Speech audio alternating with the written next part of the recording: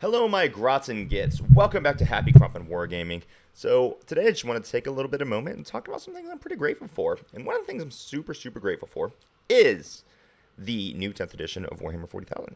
And I actually think this is not like I'm not stroking GW off or anything here, but GW is doing an awesome job. However, there are some very terrifying things that are going on in this edition, but I'm not worried about them.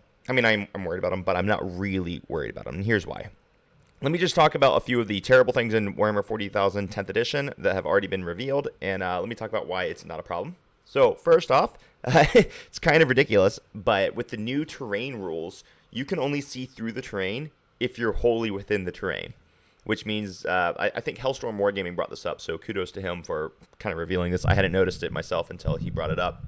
But like if you have a Dreadnought and his base is just barely off of the terrain piece, so like just a millimeter is not in the terrain, then he can't see through it, which means good luck actually getting line of sight on almost anything. So the line of sight rules are really funky in 10th edition. We've already talked about how the models can't end a move on an objective in the mission. Really pretty bad things. Eldar seem to be just ridiculously broken, overpowered. And as a matter of fact, there's a lot of tournaments right now that are even banning before the edition's even released. They're banning Eldar from even competing in the game right now, which I mean, I think that's a little bit silly, but it is GW's fault, so we'll blame them. However, why am I not super concerned about these issues? Well, it's pretty dang simple actually. This is going to be the very first edition of Warhammer that is fully digitalized. And what that means is that I think prior to 2020, there weren't really any competitive Warhammer channels. I think Art of War might have been the first one that really kind of came on.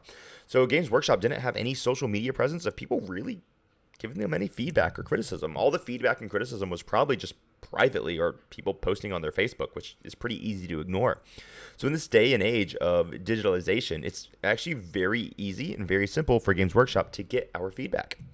And Games Workshop has proven that they're willing to listen to our feedback. They introduced things like the balanced data slate. They introduced the chapter approved, which is now going every 6 months or so, which I think they're saying that they're going to reduce the frequency of this. But that's okay. It's fine to reduce the frequency of those things, right? It's actually very exciting because GW is listening to people. So all these problems in 10th edition that we've noticed that there's one, it's not less killy at all. The combination of the devastating wounds with the anti-whatever keyword is just ludicrous damage output. But none of this is really that terrifying in the big picture because GW has proven that they're willing to alter these rules or FAQ them and things. And they do it very frequently, quite well. And this time, 10th edition is the first time where they're going to start the edition hearing constant feedback from a huge growing community. When 9th edition started, they didn't have the feedback that they do now.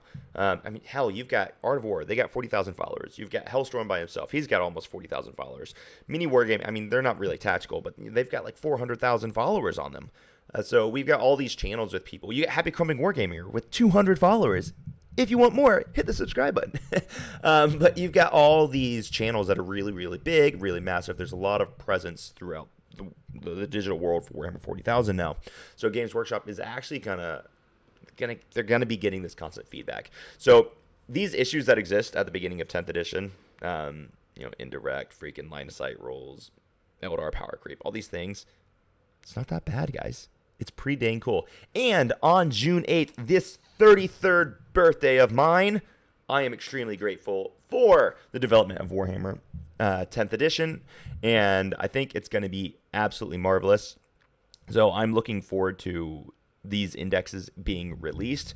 I don't think I'm actually ever going to release like rules videos again until I have the full complete rules again. As I don't like I don't really enjoy doing things about leaks because leaks can be incorrect or correct, and so I'm really looking forward to these indexes being dropped. We're going to be doing deep dives on everything. Thank you all for your support, and we're looking forward to a super successful and fun 10th edition season. So we will catch up with you guys later. Bye.